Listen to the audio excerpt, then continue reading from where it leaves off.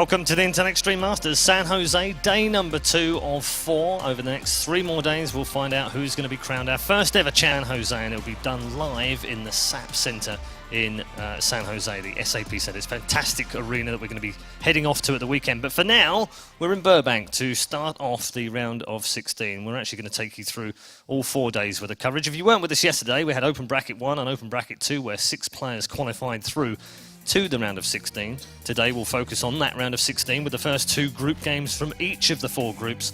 Saturday we'll move on to group play, so you get a day off on Friday, enjoy it.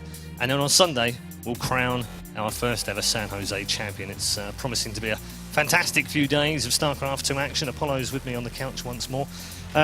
Just looking back on yesterday, having that 6 spots available meant that we maybe got a few players in that we didn't expect, or do you feel like it went as we thought it would?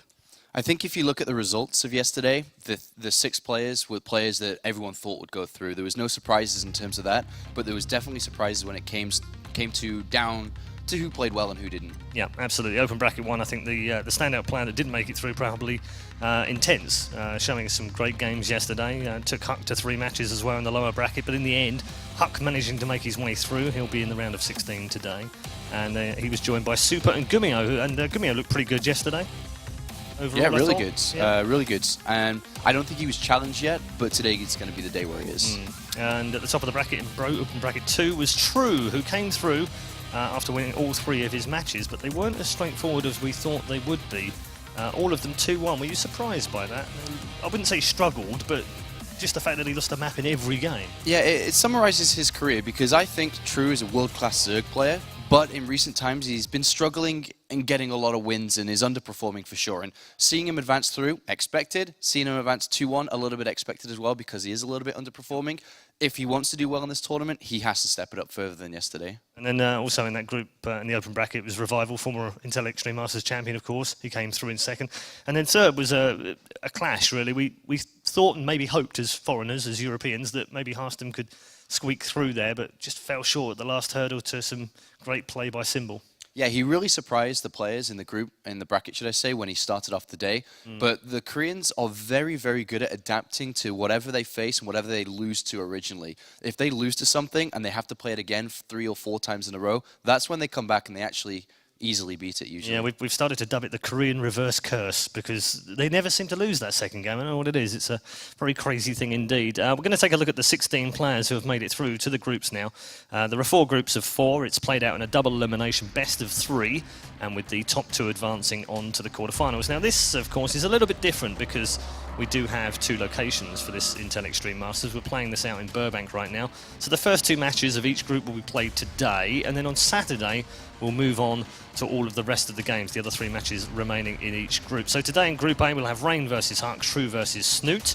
Group B is first, Polt, Jaedong and Revival. Group C, 4GG, Gummio from yesterday, HuK and Symbol. And Group D, double Intel Extreme Masters champion CJ Entus Hero, QXC, Bomber and Super. What stands out for you in terms of groups? I'm not well, when it comes to the games, I'm not too sure which game stands out, but Groups A is my favorite because I really think that Snoot can advance from that group in top 2.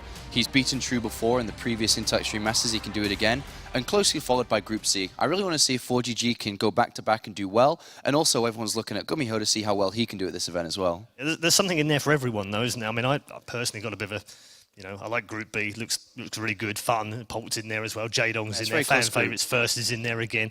And then you have 2 teammates in the same group, so it's got a bit of spice to it. I quite like that. But the Group D offers plenty as well. There's plenty for everyone in this. It's nice and balanced. Yeah, I mean, Bomber is a player who recently is playing the best he's ever played, and then you've got Hero, who is that multiple Intel Extreme Masters champion, and everyone's looking at those 2 to eventually meet, probably in the winners match, and that's going to be a very good game. Yeah, absolutely. Looking forward to that. So we're going to start things off this morning with our first group game of the day. From Group A, it's going to be Rain versus HuK. It's a bit of a baptism of fire for our Canadian friend. He had the same kind of deal yesterday when he had to take on probably the best player in the bracket and went down. He's got to do exactly the same thing in Group A. These 2 players, when you look at them as a freshman, if you like, to StarCraft, you look at them on paper and you go, okay, Rain's got 3 Premier titles, had a pretty good 2014, 3rd, 4th in GSL, 3rd, 4th DreamHack Moscow. HuK's had a 3rd, 4th at Red Bull Atlanta, and he's won 3 Premier titles in his career. On paper, they look evenly matched, but it's not like that, unfortunately. Yeah, if you look at the finer print, you'll start to notice when tournaments were won.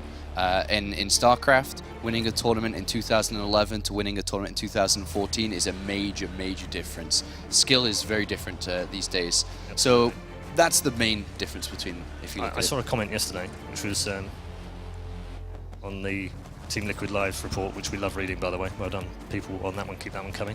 Who said, yeah, HuK's absolutely right. 2014's HuK would destroy 2011 HuK because he wouldn't fall for hallucinated phoenixes.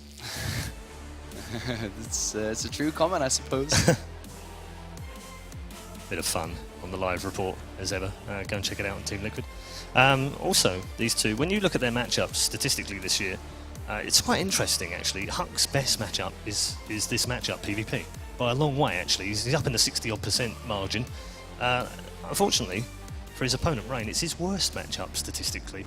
But he's still, you know, well up in the 60% region. But again, I don't think you can really compare the two in terms of where they've played, in terms of the locations. That's going to make a big difference. Again, I mean, if you look at the overall story, you can see that. But again, if you tune into the finer details, you look at who they've played against. Rain plays in the toughest region, the toughest competitions against the toughest players.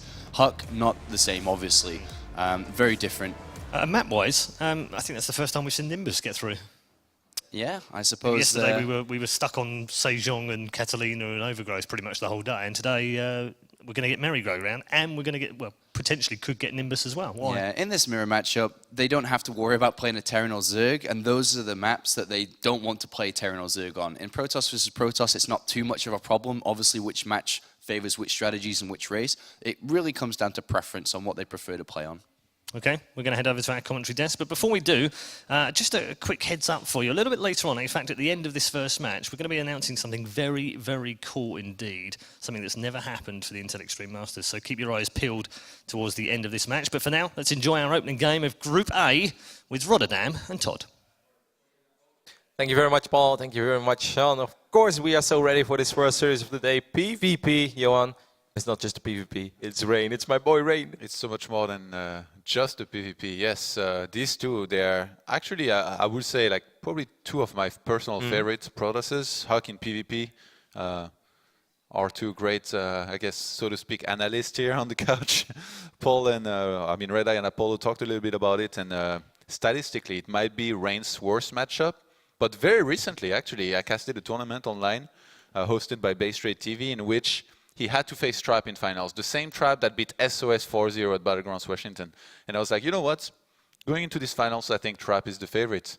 Rain 4-0'd him and made it look super easy. So it's going to be tough for HuK here, even though it's his best matchup and he's always played it super well in those big tournaments. I remember actually Hero losing to HuK. Yeah, more than once. MLG, yeah, many times when Hero was supposed to be that one guy who was super sick in PvP as well. I mean, HuK even won that MLG back then when there were already a lot of Koreans, one of the biggest victories of his career. Of course, HuK had a lot of victories early on, but once the Koreans came over, everyone thought it was going to be impossible for a foreigner to win MLG. Not for this guy on your screen right now, HuK. He did win that MLG, and that was also in the final against a world-class pros player back then, MC. So he knows what it takes, but he also knows that this one is going to be incredibly difficult.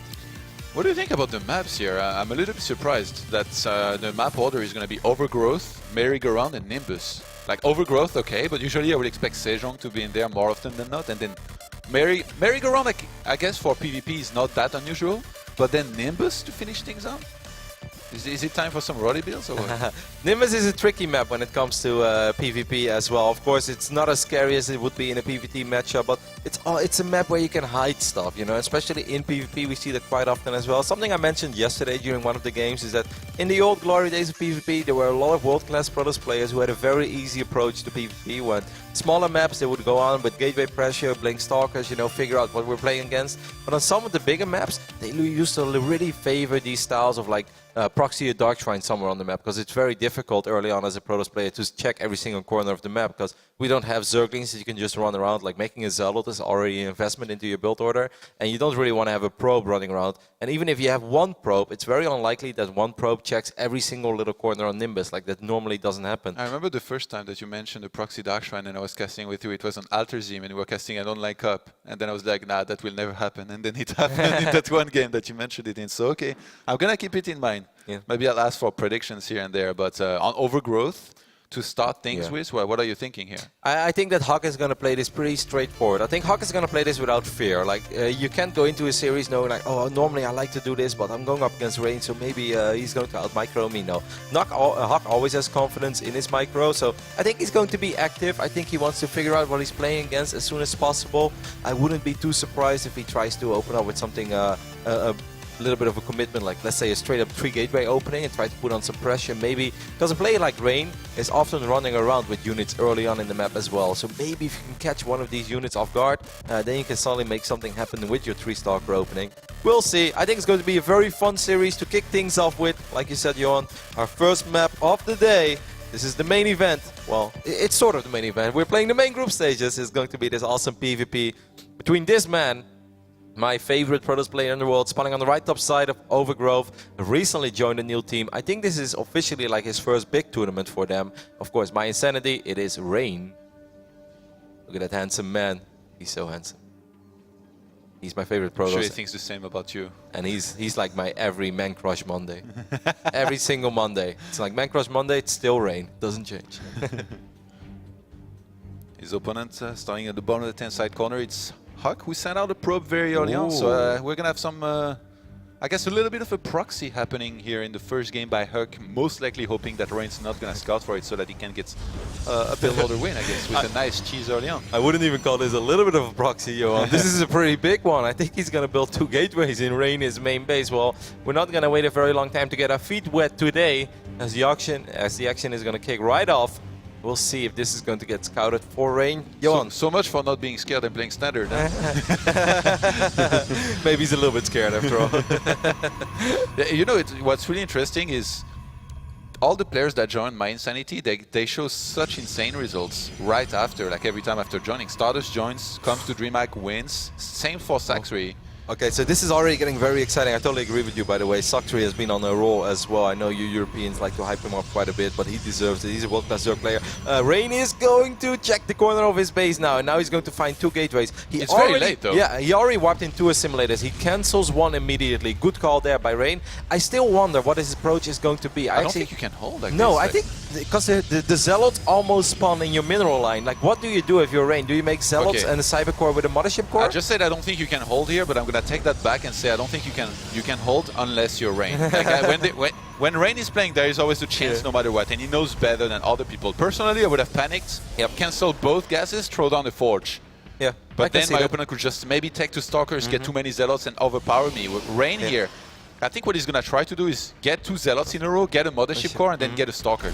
I think you're right. The Mothership Core is definitely going to be the way he's going to spend his first 100 gas. There's a small Zealot fight. Rain actually gets an extra swipe off, but this is the most tricky moment in the game if you're Rain right now. You're up 4 workers, but you can't lose too many. He does have 100 gas, so he can stop mining gas now. He's going to start his Mothership Core immediately. He's going to have to micro like a god. Then again, he is a god.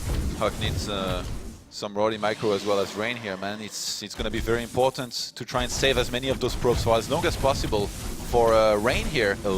Right now, he's still getting 1 more Zealots.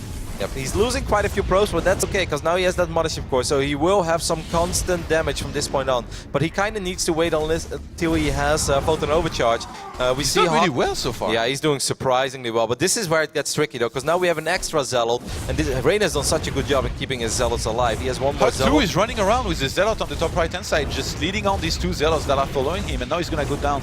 Oh, don't fight the Cyber Core. Attack all of these probes. Don't fight the Cyber Core. Okay, he's going to clean up these Zealots from Rain. This is really good. This is the moment where HuK needs to kill 5-6 probes for sure. And so far he's doing that. The worker count currently 13 against 12. So Rain is down in workers for the first time in this game. He's going to lose a few more. Photon Overcharge is still roughly 15 seconds away from completing.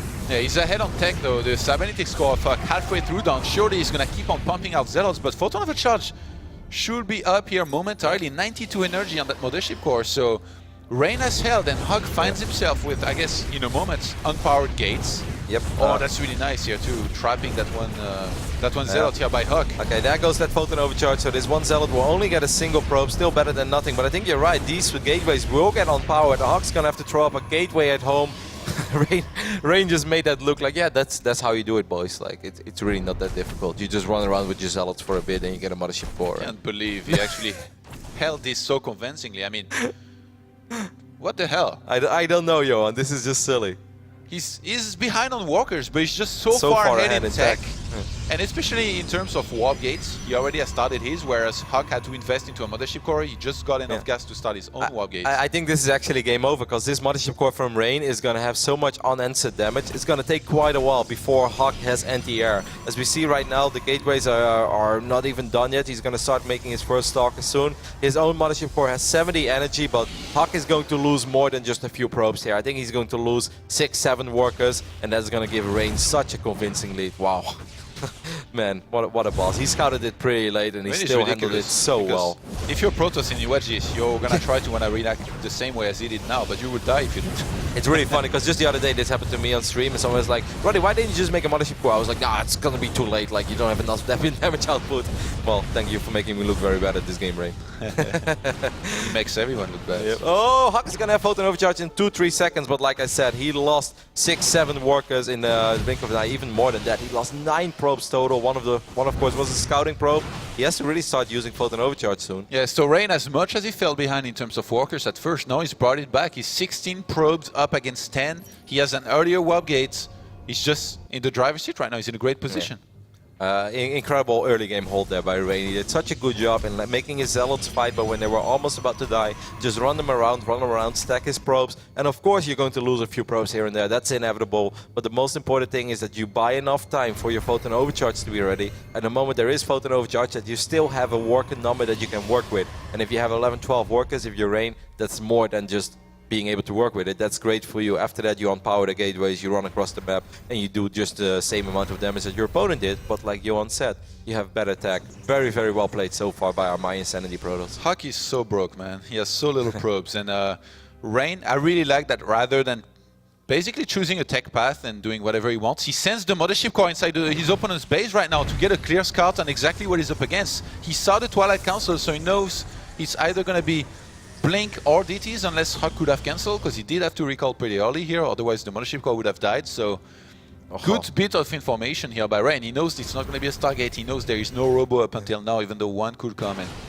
just perfect play, I would say, so far. If you're a financial advisor right now and you look at HuK's base, your heart is breaking down, because he has like 9 probes on his mineral line. This is so sad. Yeah, he's mining with 6 probes of his assimilator, so his gas income is fine. But 9 probes on your mineral line, that's almost what you start with. That's just not good at all. Where's your EG money now? he needs a lot of that dirty esports money. He's gonna get one force put down, but he does end up losing his mothership core. He's gonna wipe in another sentry. Will the force will be in time though? If these stalkers run up the ramp, this is absolutely game over. Okay. One force goes down, but you know, even right now, HuK is gonna have to warp in a few more sentries, and the only thing that he's doing with his money and his gas is just warping in more and more sentries, which, you know, eventually is really not going to be that fantastic for you. You know, Rain, even though he saw that there was a Twilight Council, he's not panicking. He didn't rush for a robo that quickly, because he's like, I'm gonna put on some aggression, have some units back at home ready to force field as well the ramp in case there was to be DTs. And now he's forced so many sentries that he knows that basically there couldn't be any DTs possibly in this game, especially with how broke HuK is. So he starts the robo, he's gonna have Blink in a second against a lot of sentries, and he's just gonna win straight on from there. It's 5 sentries against 2 stalkers now. One of the stalkers was a little bit low on HP. Look at that sentry control, well done there. But HuK's actually doing this really well, but he needs to control. He needs to Oh, okay, he's a little bit late with the force fields, and now I think it's going to be very tricky. Supply blocked as well. Yeah, sentries are not good against stalkers. Stalkers have bigger range, they're a lot faster. This is going to be, I think, the beginning of the end for HuK.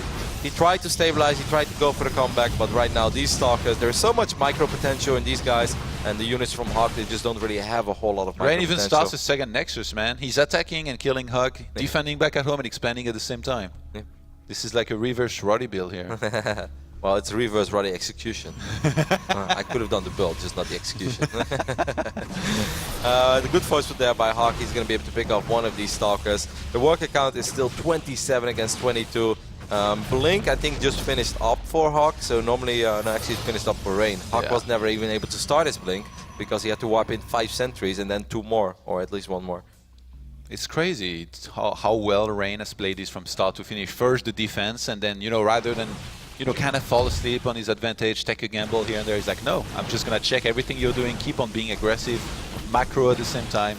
Here is the paint train. He has Blink stalkers, Johan. He has a few more stalkers entering the main base of HuK. HuK just loses his stalker, loses the sentry, and will tap out. GG, My Insanity Rain defends the very, very aggressive, cheesy opening from HuK in style and takes a very convincing Game 1 victory. What a boss. You know, actually these days, Protoses haven't been doing super well in tournaments. At DreamHack, you know, they lost very hard to Terrence. Only at Home Story Cup was Sparling, you know, able to beat Flash in the finals. I feel like this tournament we might have a very strong Protoss performance. The top 16 is 5 Protosses, 5 Terrence and 6 Zergs. But you have guys like Hero, Rain.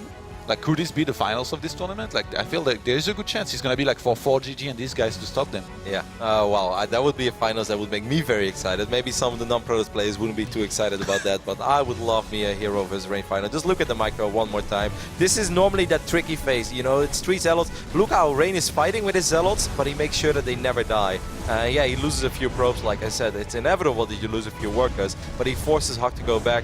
Here, just one more time. This is also a tricky moment. There are like 5 Zealots running around from HuK. And even though I was like, oh, this is where it goes wrong for Rain, because he's going to lose a few Zealots over here. And he does lose a few Zealots, but he bought so much time. The Mothership Core is doing its job. He has one more full HP Zealot spawning on the gateway right now. And he's stacking the workers. Worker count 12 versus 13, but like you said, Johan, he already has the Cyber Core, he has the Assimilator, he has the Mothership Core. Photon Overcharge will be available in the near future, and that's all you need to do against this opening from HuK. And I make it sound easy, but it's not. Yeah. You know what's funny about this? Like, every Protosses that watch this, I'm sure they're thinking, oh wow, HuK actually proxied Rain and beat him, I can do that too. Actually, no, you can't, because Rain holds it anyway.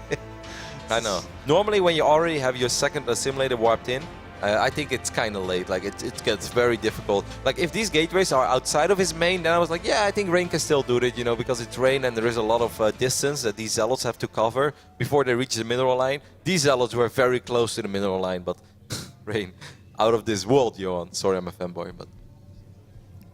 I mean, I'm a fan of Rain too, but what did we learn here? I learned that I can't proxy and I can't defend it either. Because I'm not Rain. It's not very comforting. It's like one of these moments where it's really beautiful to watch him. At the same time, it's a little bit depressing because, you know, like, you're like, he makes it look easy. This is my race. Like, I want to complain, but I can't because this is what I play. Anyways, we are loaded into map number 2 of the Intel Extreme Masters group stage main event. Over here on the right top side of Merry-Go-Round, we have the Evil Geniuses Protoss himself. It is Chris Loranger, HuK. Probably a little bit surprised by how that played out as well. It's really funny when you're like the proxy player and then you're like hiding in the main and you're like, please don't check, please don't check, please don't check, please don't check. It's like the most intense 30 seconds of your StarCraft career, and then like he eventually finds it. It's like, I think I can work with this, but actually you can't.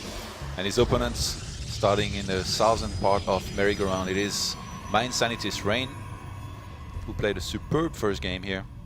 And yeah, like I was saying before, man, everybody that joins Mind Sanity is just bound to win tournaments. He's already won one recently, but that was online. Now it's time for perhaps an offline win.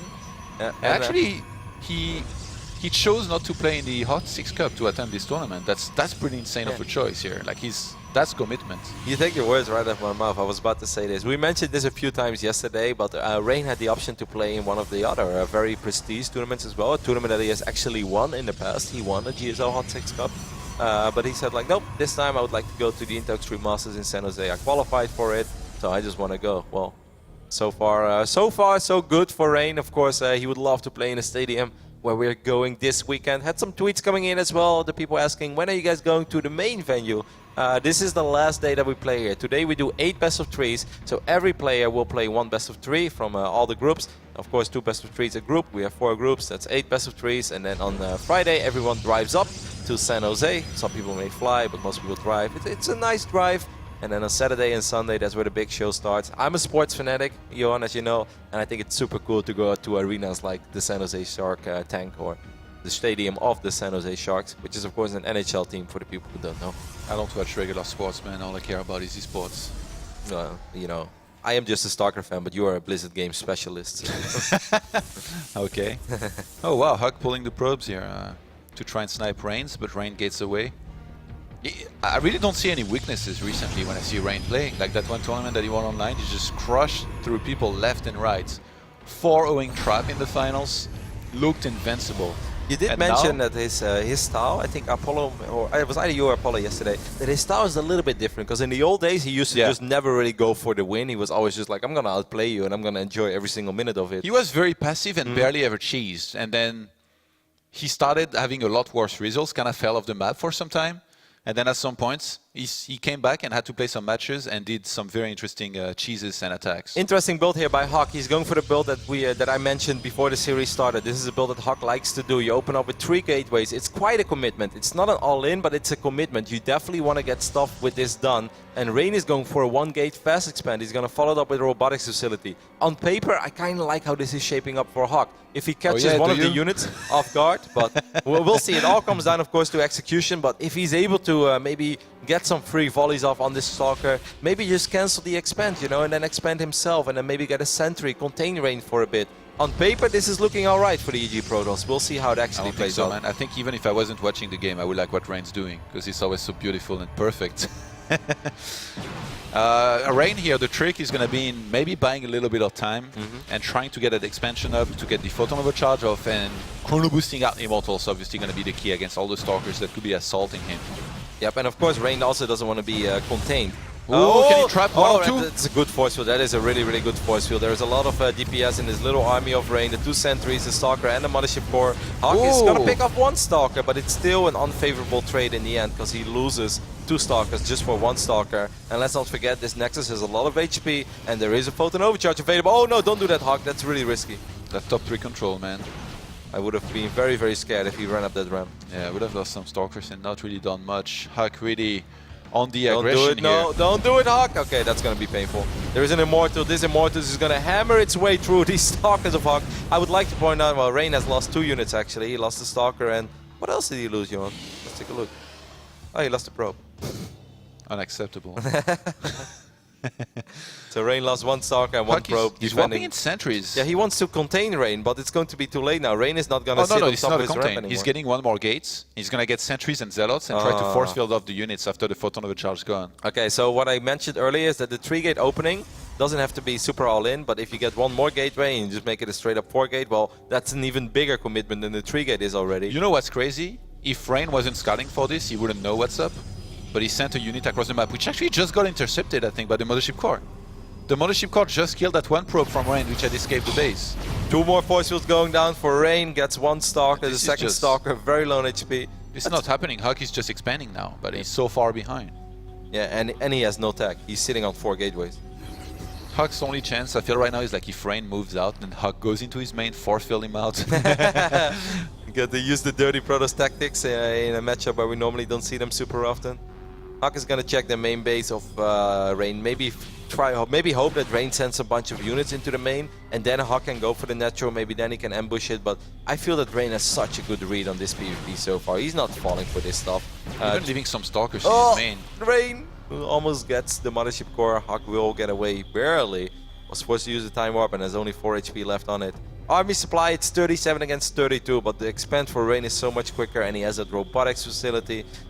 You know, he doesn't have to sweat this. HuK right now, he would love for Rain to just move out so he could force field him out, but he might be the one going for the attack here, and force fields are going to be important for both players. I think, yeah, Rain's are just going to be better here. Traps 2 Stalkers in. Wow. Rain's going to lose that Immortal, supposedly.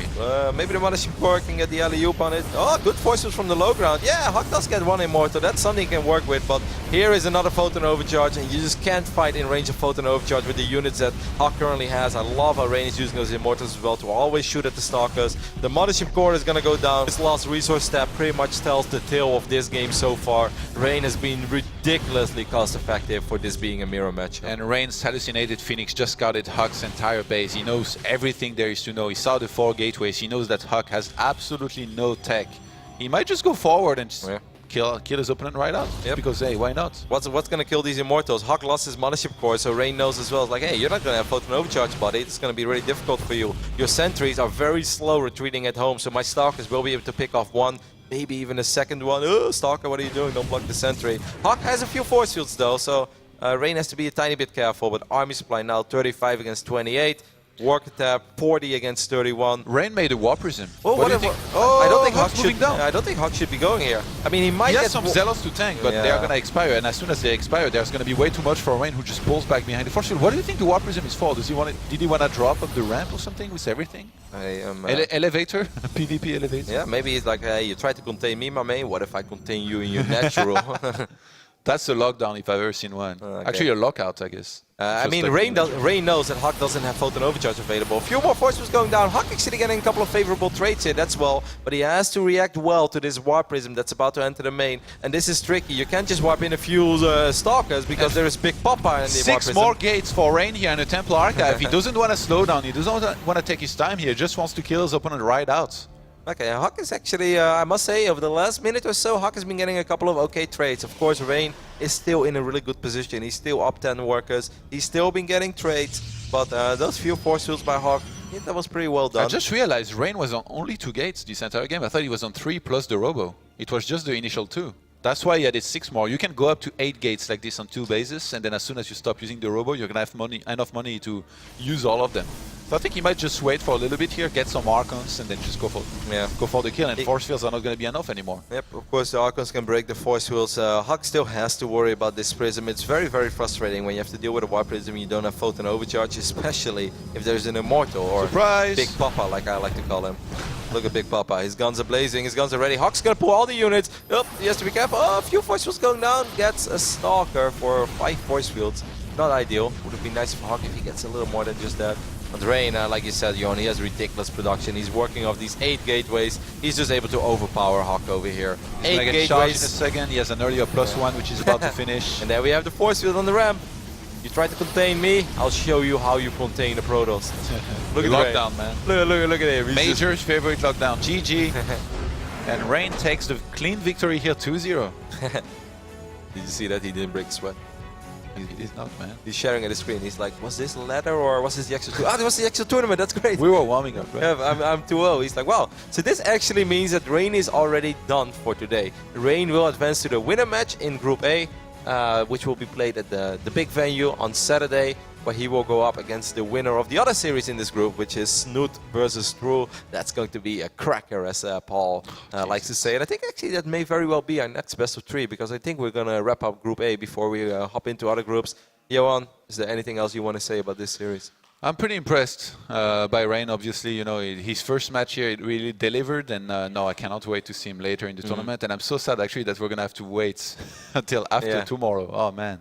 I guess we're going to have some good games still more today, but that was really cool. You know, on paper, the gauge of HuK can work, and I'm sure that HuK has made it work in similar scenarios, but it's just the very first force field by Rain was already so good. You know, let 1 Stalker squeeze up, that's perfect. If he lets 2 Stalkers squeeze up, then it gets a little tricky. Actually, no, he did let 2, but if all 3 go up, then suddenly your sentries will die. Letting 2 Stalkers squeeze up, that's just enough, because he had a Stalker, he had a sentry, and he had a Mothership Core, and that, of course, has a little bit more DPS. Like, MS Cores can't retreat, but if they're standing on top of the fight, they actually push out more damage than Stalkers normally do. You know, they're not the greatest units, the regular attack, but if they're standing on top of a Stalker and you know that you can't really focus down the Mothership Core because it has too much HP to kill with just 2 Stalkers. So good force field there on the ramp by Rain, and after that, he waited so long with his Photon Overcharge, and when he finally used it, you know, he was in a really good position. He was doing it all of 2 gateways, but just pretty much flawless defense by him. What's so impressive is that everything's on point. You know, every single force field's on time, no mistake here and there. Like, he made it look easy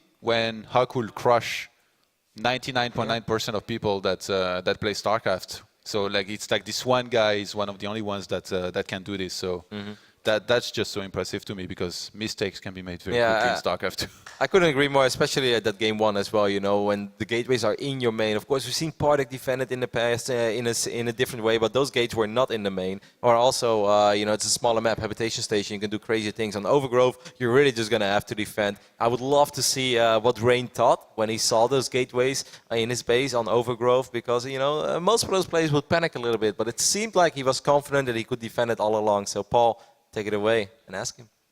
Thank you very much, Roddy. Yes, Rain, well done. Congratulations on winning. Rotterdam was just saying about that the game on Overgrowth. Talk us through what your thoughts were on how the game went through and what happened with the gateways when you saw them. Did you panic as much as Rotterdam maybe thought you did? 일단 축하드리고요. 첫 경기에서 그 게이트웨이를 본진 안에 있는 걸 보고 무슨 생각이 드셨나요? 해설자들은 되게 놀라웠는데. 네, 사실 제가 그 하식스컵 때 당해가지고 김유진 선수한테 그래서 좀 의식을 하고 있었는데 진짜 할 줄은 몰랐는데 그냥 딱 볼 때 근데 제가 생각보다 좀 빨리 봐가지고 그냥 무난히 막을 수 있겠다고 생각했어요. 그냥 네. So Rain says, I actually had this occur to me at the Hot Six Cup by SOS. And so it was a little bit on my mind that it might occur, and then it actually did. And I think I was very fortunate enough that I scouted it a little bit earlier on than I possibly could have. It could have been a much worse situation. I think it's because I found it so much earlier on that I was able to counter it and defend as well as I did. And Rain, obviously this was a PvP against HuK, who is known for being one of the best players in America. Obviously, the nature of PvP, a lot of people say it can be 50-50. Because of that, what was your mindset like going into this game? Did that shake your nerves at all? 많은 선수들이 약간 푸푸전이 약간 운이 많이 따라오는 전이다 뭐 이렇게 얘기를 하는데 일단 헉 선수 상대로 북미에서 잘하는 선수이긴 하니까 그래서 그런 것 때문에 약간 됐나요? 사실 푸푸전이 좀 운이라고 많이 말씀하시는데 어느 정도 좀 어떻게 보면 운이 맞고 저는 근데 약간 운이 아니라고 생각해가지고 실력도 많이 중요하다고 생각해가지고 푸푸전이 물론 헉 선수가 많이 잘하시긴 하지만 그냥 다른 전보다는 그냥 같은 종족전 해가지고 더 좀 편했어요 솔직히 푸푸전이어서. So Rain says, I know that there are many people that talk about PvP and say that there is luck involved, and I'm not going to deny that there's no luck at all, but I personally think that it's a lot more skill, and I also think that HuK is a very good player, but compared to the other matchups, because it was a PvP, my own race, I was actually very comfortable going into this matchup. Okay, that's interesting. There's a couple of things that people want to know on the internet that have left questions for you. I'm not going to ask you all of them because we'd be here all day, but it's great to have you at Intel Extreme Masters again. You were great at Cologne when you finished in the semi-finals. Is this your tournament? Because many people, Apollo, Rotterdam, Todd, have all told me this is Rain's tournament. Rain is here to win and there is no one that can beat him. Is that how you feel, or do you feel put under more pressure by that? How does it feel for you? 일단 이 대회에 온 것만으로도 너무 영광이고 그때 컬론에서도 되게 4강까지 갔잖아요. 그래서 일단 많은 사람들이 이번 대회가 정윤정 선수의 대회다. 무조건 우승할 수 있겠다. 이렇게 말을 하고 있는데 본인도 혹시 그렇게 생각하세요? 우선 솔직히 제가 예선 뚫고 왔거든요. 한국 예선. 근데 IEM 한국 예선이 제가 생각하기엔 한국 그냥 GSL이나 이런 대회랑 거의 비슷하다고 생각해요. 그만큼 힘든 대회를 뚫고 왔기 때문에 자신감은 있긴 한데 일단 제가 대회장도 좀 처음이고 좀 적응이 또 해외 팀 와가지고 처음 하는 대회여가지고 뭐 해외 대회는 많이 나가보긴 했어도 또 여기 경기장은 이제 처음이잖아요. 그래서 좀 적응하는 데만 수월하면 괜찮을 것 같아요. 시차 적응도 잘 돼가지고 지금 자신감은 있는데 혹시 또 변수가 있을 것 같긴 해요. So Rain says, first of all, in order to even get here, I had to get through the Korean qualifier, which I have to say, it was basically like a GSL. It was incredibly difficult, and just getting through that qualifier has given me so much confidence, as difficult as it was. So that being said, I do have a lot of confidence going into this tournament. I will have to say, though, it's obviously my first time here at this, building and area, and because of that, adapting to that, I think will be very important for me. Condition-wise, I'm not jet-lagged. I'm feeling very comfortable in that sense, which is really important for a lot of these players. So I think that will be the most important for me to get adjusted to this area in itself. And I think another thing that's important to mention is that this is my first time. I recently joined a foreign team, My Insanity. This is my first time at a tournament representing them. So there's a lot of bit of new changes. So those things are on my mind, but other than that. I was actually going to ask you about My Insanity because they're a team that are based in Europe, in Switzerland. So I want to know how you're fitting in with the team. Is Jack G really as lovely as we think he is? And does Penguin suck? See, Rain already knows.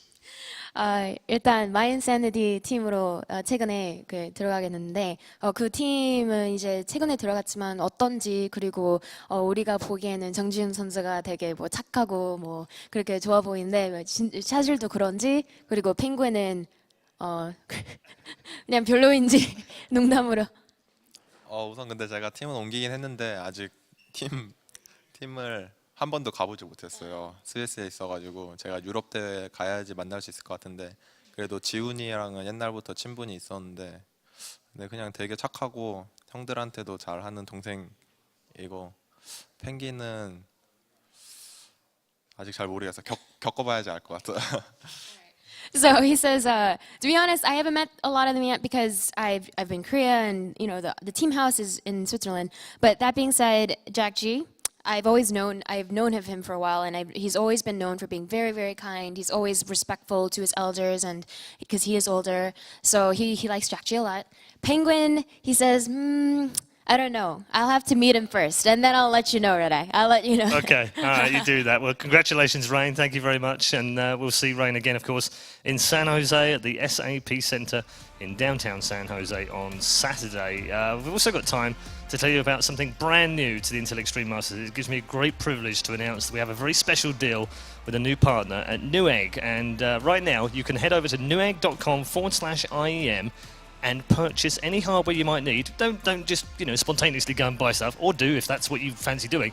But you don't need to go. But if you're thinking about a hardware upgrade, go to this page, and every purchase you make, whether it's discounted or otherwise, will then have a percentage of the money you spend go to the prize pool for the Intel Extreme Masters World Championship. I can't tell you how cool that is to hear, and mad props to the guys at Newegg for coming up with a great deal for Intel Extreme Masters and for supporting esports. So if you've got any hardware that you'd like to purchase, head over to newegg.com/IEM, and you're actually saving esports, not killing it.